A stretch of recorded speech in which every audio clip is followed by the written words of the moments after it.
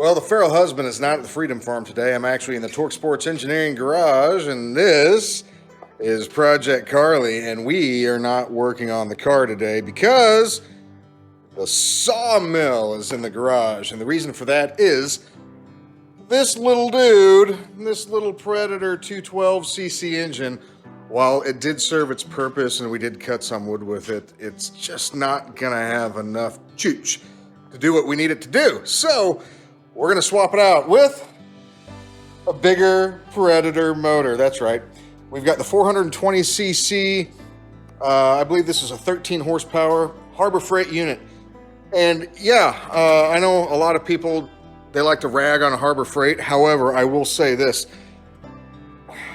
These things don't give people problems. I've read the reviews. I know I've got, I can personally attest that the little dude over there, the 5-horse, did just fine for as long as we needed to. Started easy and ran. I have no reason to believe that this, which is just a Briggs & Stratton clone, is going to be anything but trouble-free. The problem that we're having is the 5-horse motor plate.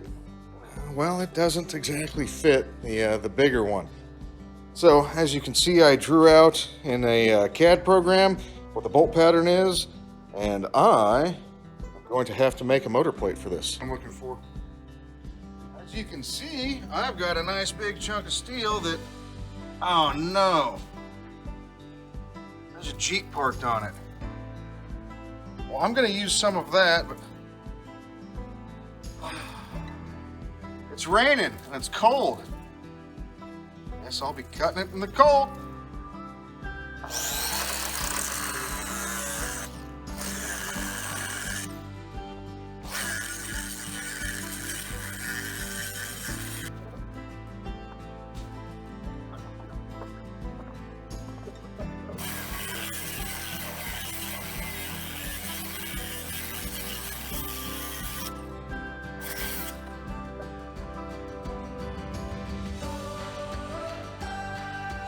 All right. Practice some good housekeeping today. How about we don't put things down, put them away when we work. Big piece of steel. Big steel. I'll do this away from the car. As a matter of fact, I'm probably just going to throw the cover on the Corvette. Before you settle down, I don't know where this cover came from. I don't know what car it was originally for. I can tell you it's not a 1969 Corvette.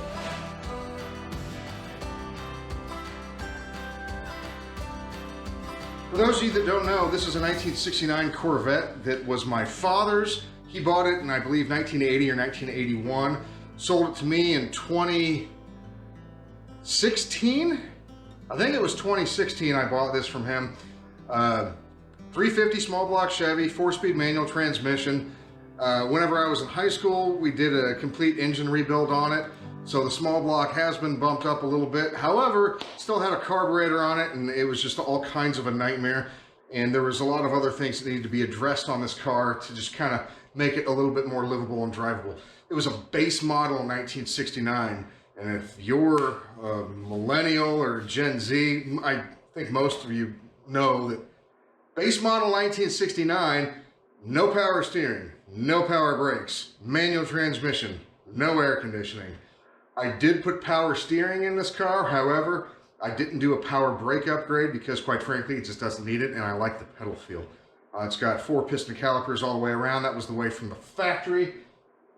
It doesn't have the small block in it anymore. I built a 408 cubic inch LS stroker motor to put in this. The motor itself is making north of 500 horsepower. I don't know exactly how much it is, but I do know at the wheels, it's 430. Going through the drivetrain. She quick. I know those numbers anymore don't mean a whole lot. There's cars out there that make 1,000 horsepower with stock internals, but I completely redid the entire car, documented on my Instagram channel, Torque Sports Engineering. If you want to look it up, hashtag Project Carly. That's this thing. There's several hundred posts, and I've got a whole lot of unreleased video of the build. I did that while my wife was pregnant, so she was building my son, I was building my son's future car. Maybe I can convince Ben to go through the footage with me and we can edit into a YouTube video this winter so we can keep content rolling out. But I did the whole thing by myself. My friend Tyler Sanders helped me get the motor out and get the motor back in. Other than that, it was just these two hands working on this entire car. I think I've got somewhere around 11 to 1,200 hours in the project. There's not a whole lot on this car that I didn't touch. Anyway, that's that car. That's why I'm covering it up. It kind of means a lot to me. Like I said, it was my dad's car. I grew up in this car. Back over to the project at hand. Don't let the ADD take hold, Jason. Come on, Jay, bye. I do have one Harbor Freight gray. And I think I'm kind of speaking for everybody on this. When you go on their website and you go to the drawings, the manuals, anyway, you can find this. This is the whole mounting diagram for that motor in that box. It's 7 and roughly 3/4 of an inch this way, and like a little over 4 inches this way. But this is where they really pissed me off. Not to scale. This fits on an 8.5 by 11 piece of paper. Make it to scale. People will print it out and use it as a template. But you didn't make it to scale. So big fail on that one. I made my own to scale, printed out.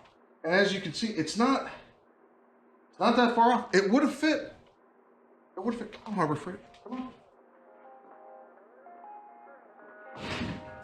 Speaking of scale, I'm going to go ahead and descale this.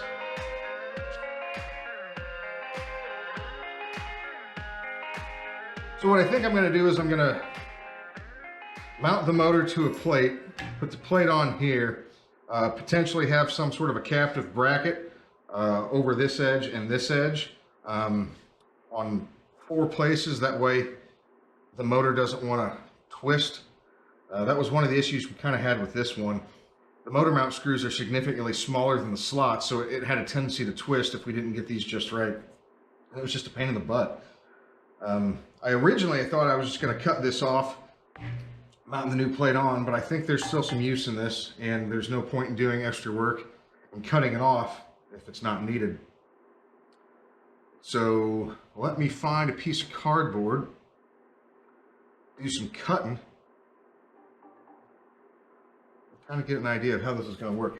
So I do want to keep this mount, and I want to keep it because I'm going to put that plate on top of it, and I'm going to use these slots for the adjustment still. So this motor is going to be bolted to that plate, and that will be done via probably some countersink screws, because that's thick stuff. I think that's 3/8.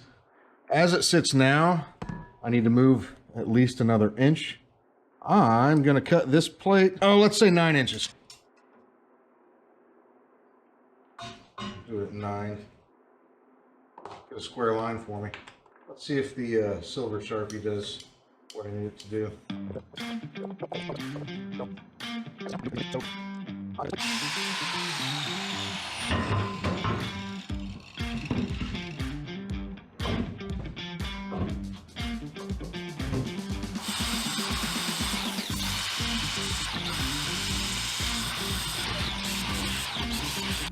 Oh, is that a motor plate?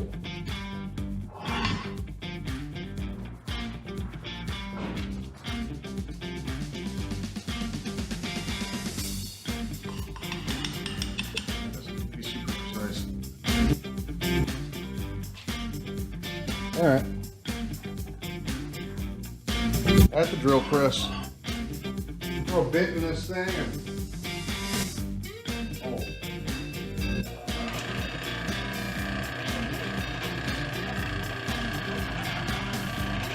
that's holes drilled. Okay, so this piece, where are you? There you are. This piece used to be welded right there. As you can see, the new plate overlaps the old mount just a little bit. I could order new longer belts. These aren't real cheap though. I think a pair of these belts is like 85, 90 bucks. And I have a welder and scrap material and a brain. So I'm gonna figure out how to make this work with what I got.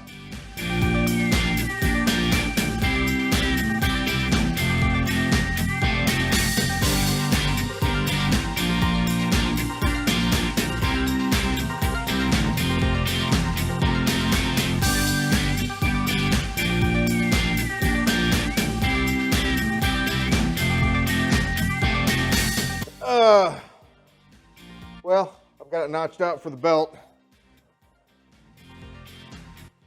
Pretty sure that that's not gonna interfere anymore.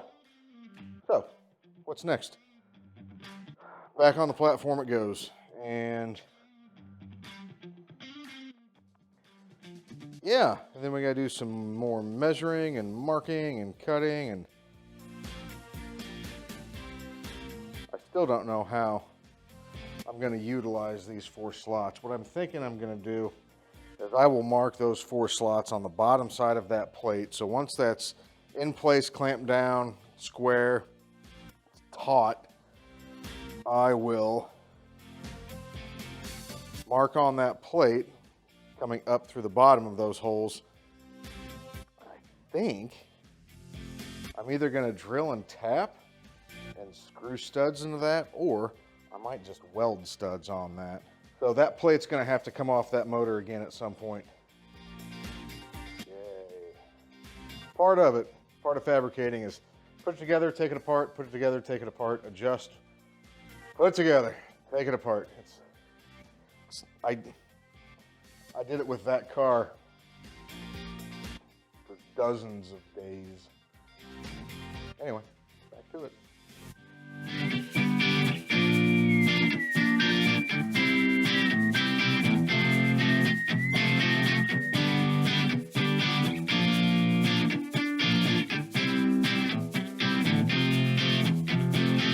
All right, so this is kind of what we're looking at here. This is the intermediate plate for the motor. I found the best way to mark it was with metallic gold spray paint because I had just a little bit left in a can, and I decided I want to get rid of that can. So the way this is going to work, all of those little slots line up, right? So these slots right here, this is a 1/2-inch bolt. It's got a little bit of slop, but reasonable for what we're doing. All right, well, I'm back. I've thought about it. So what we're gonna do, this one's really close to that edge. Drilling and tapping, that's gonna be really difficult. I think I'm still gonna do 1/2-13 on these two. And these two, I'm going to go 3/8. So it will have a little bit of slop in it. However, I can always put a sleeve around that bolt whenever it comes through. So whenever I drill those, I'm going to thread a bolt into it, but not protrude through the other side. This side, I'm going to use my countersink bit, like you see that I did here for the actual motor mount. Then I'm going to fill it in with weld. So it's going to have a stud on this side. I'll grind it nice and flat, sticking down through. So the motor is going to bolt to this. This is going to bolt to this. The whole thing's going to be able to move. And that's more complicated than it needed to be. And I still got work to do. So let's get it. All right, so this is where we're at with the mounting plate. As you can see, the motor mounting holes are these 4 right here. These 4 bolts are going to allow this plate to slide to tension the belt. And I think I may have screwed this up.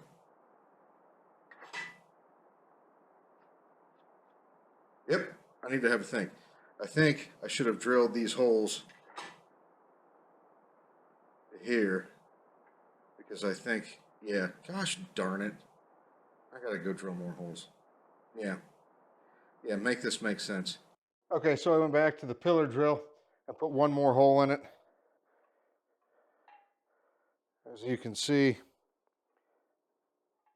I had the original holes right here, I added this hole. Because obviously right now there's not a lot of adjustment. Whenever I take these bolts out, leave that one in. Hey, look, we can make the belt loose. Hey, look, the belt's tight. I think what I'm going to do, since these slots are kind of off the plate, I think I'm just going to weld those bolts onto the edge of that plate. I think it'll work. So, I'm going to fill all that in and make it all big and nasty. Also, what I have to do is I have to come up with a way of tensioning said belt. So, get this out of the way. So whenever these are all the way down,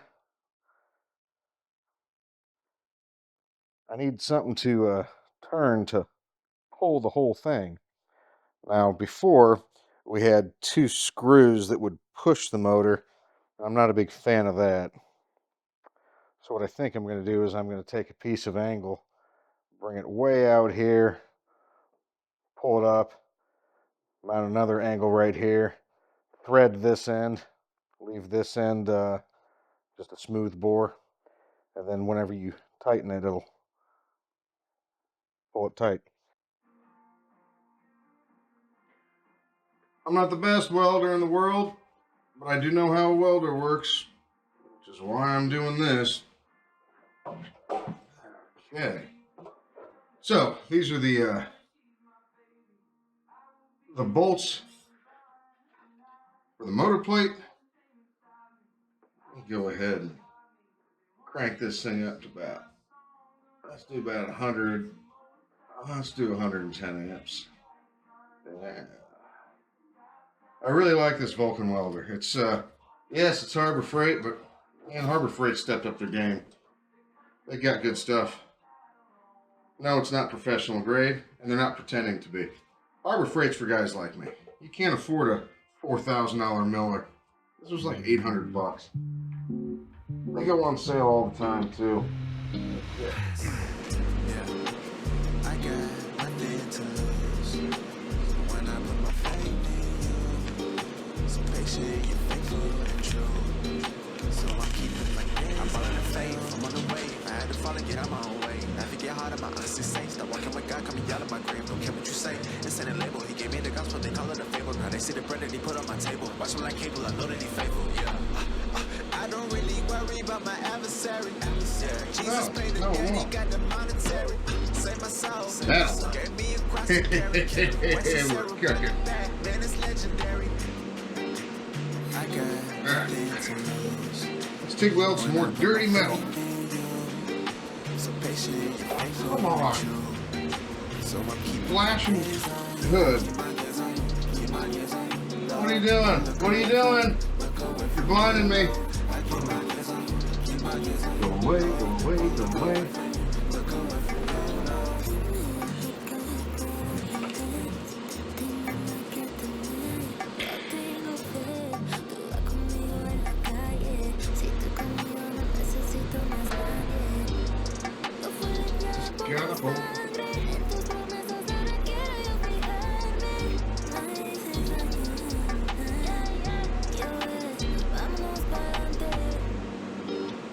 I got nothing to lose when I put my faith in you. So patient, you're faithful and true. Well, that was fun. Man, you're probably gonna want to cut a lot of that crap out, or make a time lapse, whatever. Okay, let's get everybody reasonably caught up to where we're at with the sawmill motor mount project. I have the studs mounted to the plate. The motor also mounted to the plate. That's a little sneak preview of what's to happen. There's 3 studs that will slide into these slots. I don't have enough room on that plate for this slot. Not a big deal, not worried about it. But I mismeasured ever so slightly. And upon putting the motor with the motor plate onto the carriage, I have discovered that either the belts are slightly too long or the slots are slightly too short. Now, cutting slots and 3/8 plate is no picnic. However, I have an idea, and I don't know if this is a good idea or a bad idea. I'm usually pretty good at determining good ideas and bad ideas. I've been making things and making mistakes for many, many years, and I'm pretty good about learning from my mistakes. However, I have never seen or heard of anybody making this potential mistake. So what I have done is I have put a carbide burr into a router. This is going to upset some people. I am mixing woodworking tools and metalworking tools, and I can see the potential issue with this, except, I mean, they spin the same direction. Yeah, I'm at the point now where it's the worst that can happen. Well, that's reasonably effective. That didn't take that long. Okay.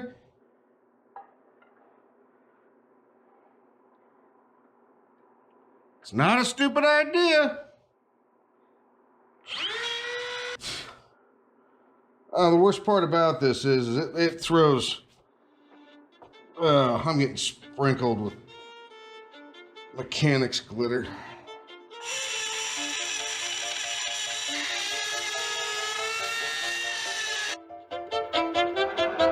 I grew up with low self-esteem. It was me and my mama, just us in the trauma. Hands up if you know what I mean. I see you, I feel you. I want you to know that you're not alone. I know what it's like not to have a home, like walking barefoot up a gravel road. The pain gon' make you unstoppable. Now audible, feel like I live in the end zone. I'm the one leading the drives. The crew riding round in a Benzo. Red carpets when we arrive. I'll be in charge of my own fate. I am getting ready to do some grinding. So what I'm doing is, this is our motor mount plate. She slides as much as she needs to. This is going to be the threads that we're going to use to pull the plate taut. And I have over here, this is the plate. It's rather thick. I believe it's 3/8. I've got a hole drilled in it, and I'm getting ready to make that hole a slot so that we can pivot the thingy that makes the belt tight on the saw. The tighten thingy is going to pivot into the slot thingy, so the belty gets tighty and the saw goes ketty.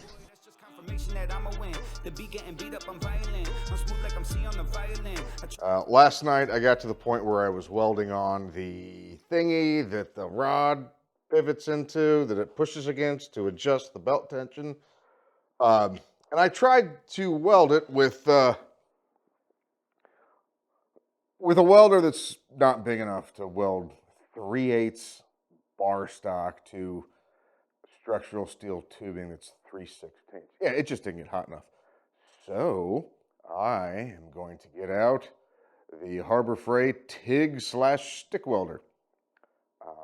So I'm going to get that set up, and we're going to burn this thing in come hell or high water, because the weld that I tried to make last night, well, it's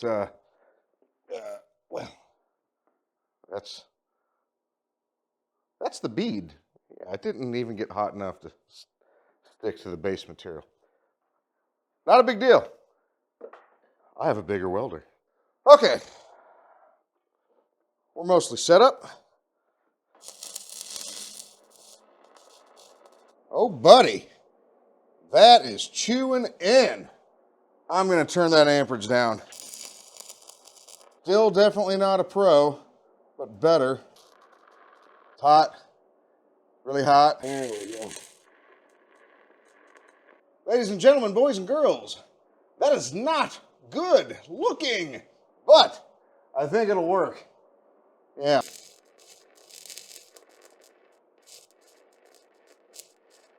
I think that went fairly well. I think, yeah, that ain't going nowhere. So,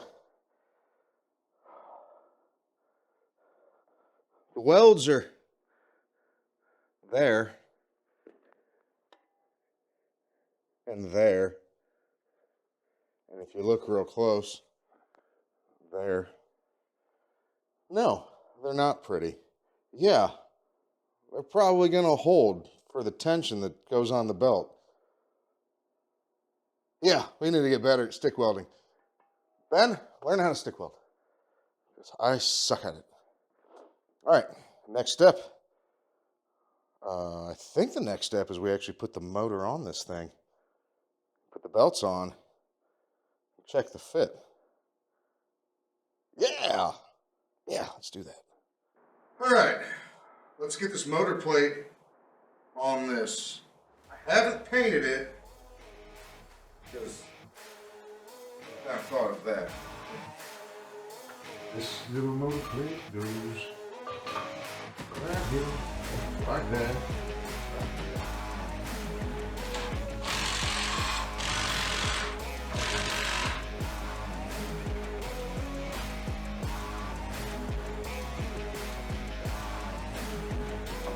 That's all she wrote. 4 bolts mounted to the plate. The old bear. Here we go. Don't fall, please.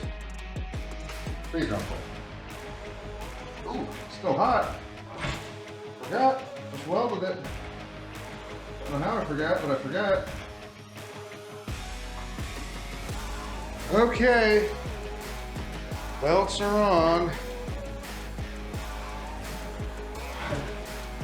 Oh. Big one.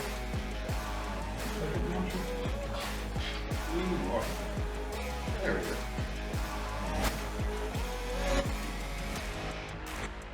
Now, whenever I put the pulley on the shaft and did all those measurements, I left a little bit of wiggle room. I got maybe 3/8 of an inch to come in if we need to align the driven pulley to the drive pulley. And obviously I've got a lot of shafts so we can go out. But I did want this motor to be as close to the center as possible. I think we're there. We got a motor mount. I can't believe I started working on this stupid motor mount back in December. It's January is almost over. You guys might not see this video until February. Anyway, this is what it looks like.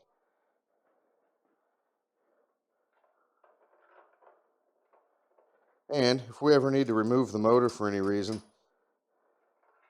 we've just got the 3 bolts on the bottom. Loosen this. Take our hook out. Pick this thing up and just remove it. That's the motor mount. Like and subscribe. Leave a comment.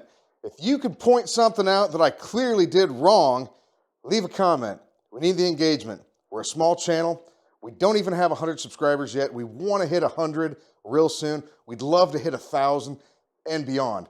So give us that love. We're trying real hard here. It's been a little bit less than a year since we started.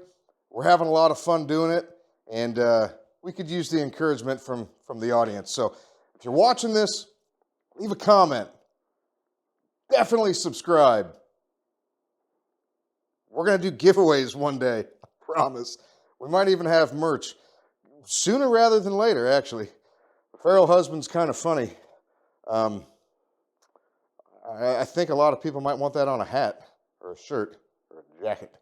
So, yeah, we're talking to a couple local guys. We might have some hats made up real soon. So, anyway, thanks for stopping by.